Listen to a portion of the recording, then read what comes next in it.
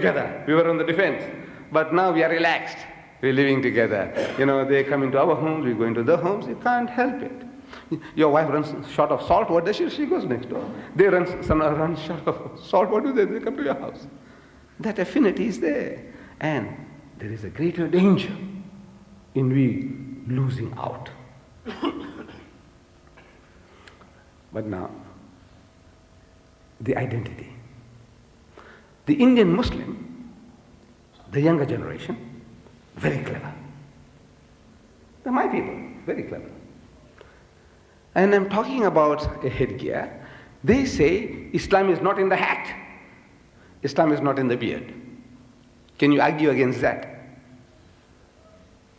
Islam is not in your hat. Islam is not in your beard. That's a right.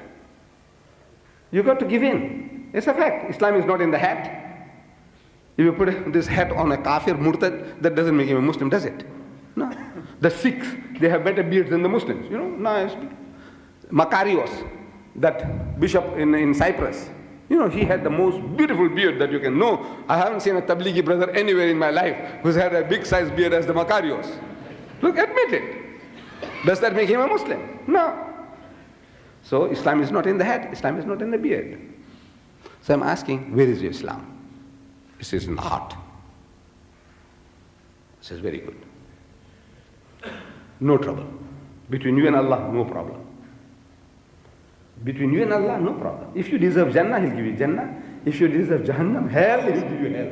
He knows, He won't make a mistake with you. With a beard or without a beard, He won't make a mistake. But I said, look man, me, your brother, your uncle, I want to recognize you. I want to wish you salams. When I see you, I want to wish you salams. You're depriving me of that. Suppose you came to Durban and you're looking around outside the masjid. There are hundreds of Muslims milling to go into the mosque, but you can't recognize anybody. They look like anybody else. They look like Hindus, they look like Christians, because in our looks we are the same. At times in our surnames we are the same with the other guys. Like you are. Mr. Brown, our Hafiz, our Qari is a Brown. And you'll find another Brown is a Christian, color. I had a lady yesterday, Mrs. Johnson. She's a Muslimah. I said, your husband? He says, he's also Johnson. I said, is he a Muslim? I said, yes. Living on Johnson Road. Yes. Look, but now I have to ask, are you Muslim? Are you Muslim? Mr. Johnson came, Mr. Johnson, I don't know whether he's a Muslim, but if he's got something on, I know he's a Muslim. I want to know so I can wish you. If I wish you salams before you can wish me, I get more blessings. Between our Nabi Kareem Sallallahu Alaihi Wasallam and the Sahabas, there was a continuous competition. And our Nabi Kareem Sallallahu Alaihi Wasallam was ever the first. The Sahabas were trying to beat him in wishing salams first, but they couldn't. They couldn't. He was the first. And he was the last to withdraw his hand from another's clasp.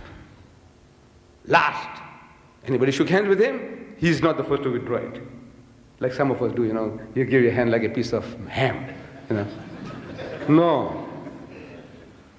He was the last to withdraw. That means you had to withdraw your hand. This is what he taught us. He taught us, he says, you see, the younger should wish the elder first. He said, you see, the guy who's coming down the steps must wish the one who's going up the steps. Natural. The guy who's riding a horse or a camel or a donkey, he must wish the one who's walking. All this detail he gave us. But the problem is, what are we going to wish the guy that we see? We don't recognize who he is. And this, the Muslim, the Indian Muslim, he is going off. He's too clever. Islam is not in the hat. Islam is not in the beard. It's in the heart. But I said, now that means we can't recognize you. We don't know who you are. Unless it's very close relationship. We don't know. Generally, we don't know who's who. So I go to Mauritius. A lot of Indian Muslims there. And nobody wishes one another salams there, in that country. Hardly. Some of the leading young men were taking me from meeting people. In the street, the leading guys of the societies, nobody's wishing salams. Nobody. I'm wondering, I'm inquisitive. I want to know why. Reason is because they all look alike. The Creole, the Indian, the Hindu, the Christian, everybody is the same. No identity. So now you don't want to make a fool of yourself. If you don't know, the guy looks familiar. But he says, Assalamu alaikum. I say, what's that? What did he say? You don't want to feel embarrassed. So rather, keep quiet. In Canada, the Muslims now, they say, hi, hi. Because it's safer. You don't make a mistake. You say, hi, he knows, hi. You might say, salam, what's that? Huh? You swearing me? No, you don't swear anybody. You don't want to create problem unnecessarily. So when I return from Mauritius, after this experience, they give me a chance to speak in the Jummah Masjid, Durban. And I shared this ayah. I read it and I started to explain. I says, you see, in Mauritius, this is my experience. People don't wish one another. And the reason is, they don't have a headgear. See, they're shy to have a headgear. Finished. That means gone. Now you don't know who's who. So after the Jummah, one of my dear friends, very close friend, from more than 30, 40 years, we are friends. Mr. G.M. Jamal, very well-known person. He is a sitarist, professional sitarist. He plays the sitar. So he tells me, Ahmed, he said, look, I want to tell you something, and you can tell it to the people. You can share it with the people. I said, what is it? He said, you see, our friend, the Golden Peacock, some Ali brothers, at a cinema they had a takeaway.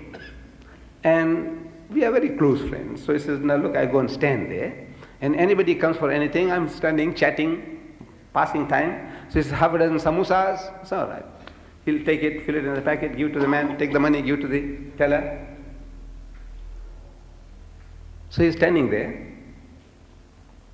and a young boy, handsome young lad, comes along. He says, I want half a dozen samosas.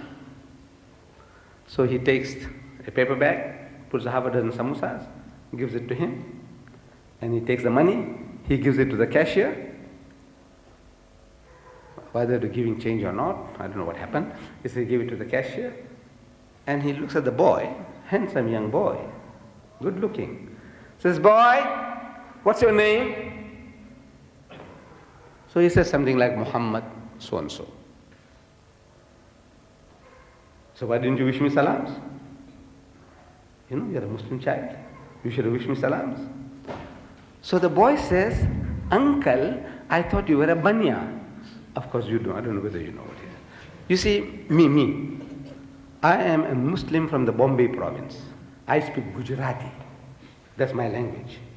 There are other Hindus, they also speak the same language like me. They look more like me than the Tamils and the Telugus.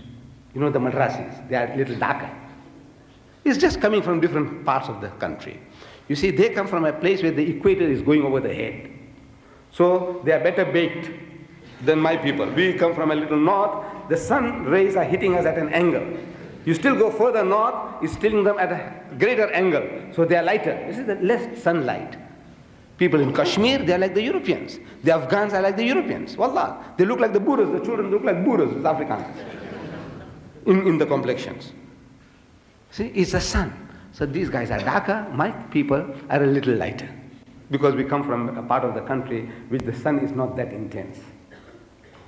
So they look like me, the Hindus, Gujarati Hindus of my language group.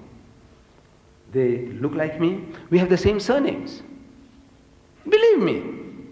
I haven't come across another Deedat yet, but look, there are so many. Muslim Desai, Hindu Desai. Muslim Patel, Hindu Patel. Muslim Bhula, Hindu Bhula. Muslim Bhula.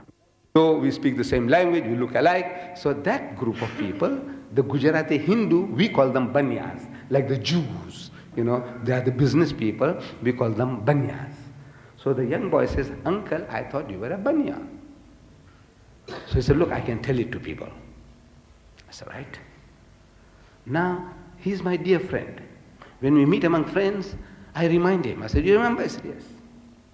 I said, you know, Akhi Jibreel, you know, Jibreel alayhi salam. If he wanted to tell you to put on a headgear, he couldn't have done a better job. Then, from the mouth of the child, Allah is making to tell you, deliver the message, that uncle, I thought you are a mushrik. That's what he's saying. Uncle, I thought you were a mushrik. That's what he's saying. I thought you were a mushrik. How can I make you salams? That means this Jibreel alayhi salam couldn't have done a better job to tell you, put on a headgear, put on a topi. He says, no. He said, look, I'm a Muslim. So somebody said, no. Why didn't you wish me salam? He said, I thought you were a colored, meaning a Christian. I don't know what names you might have used some terms, I don't know. So I thought you were such and such, you see, so I said, there it is. And still he won't. He still won't put on. That's a sickness. That to me is an unforgivable sickness. Allah is delivering a message to you. Put it on. Put it on. And what it does, in Natal, we are 20% of the Indians, we are Muslim, we are 20%. 1 out of every 5 Indian is a Muslim. 1 out of every 5. If you count Hindu, Hindu, Hindu, Christian, Muslim. Hindu, Hindu, Hindu, Hindu, Muslim. Hindu, Hindu, Christian, Christian, Muslim. But out of every 5, 1 is a Muslim. In Stanger, a town some 40 miles north of Durban, we are 30% are Muslims in that place. 30%. I said, if this 30% only put on a headgear, what you can do to the enemy? The outside. He'll be terrified. Because the others are all like sheep and goats you can't recognize. But you see the guy with a kufia. Kufia you call it. What do you call it? Kufia. Yes. Kufia, kufia, kufia, kufia, kufia, kufia. And that's visible. That's what you see. The others are like sheep and goats. You don't see them as if they don't exist. But the kufia is visible. When that happens, it boosts your morale. I didn't know that we have so many Muslims here. And the enemy, so many Sunnah followers, Muras here. It terrifies them, wallah, it terrifies them. And our Nabi Kareem sallallahu alaihi wasallam, he gave us the secret of this psychology. He said, when the Eidains come, the 2 Eids, Eid al-Fitr, Eid al-Adha, he said, go to the Eidgah, in the open air outside the town. Look, this is not politics, your politics. I don't know what are your politics here. I'm not talking about your politics. Whether it's the judicial council or whether it's this, what they're talking, I don't know. And I don't care. I am only telling you what our Nabi Kareem sallallahu alaihi wasallam he said. He said, when the Eidains come, go to the open field. He called it Eidgah. Open field for Salat. He said Salatul Eid. And when you go, he said, you must take your women and children also.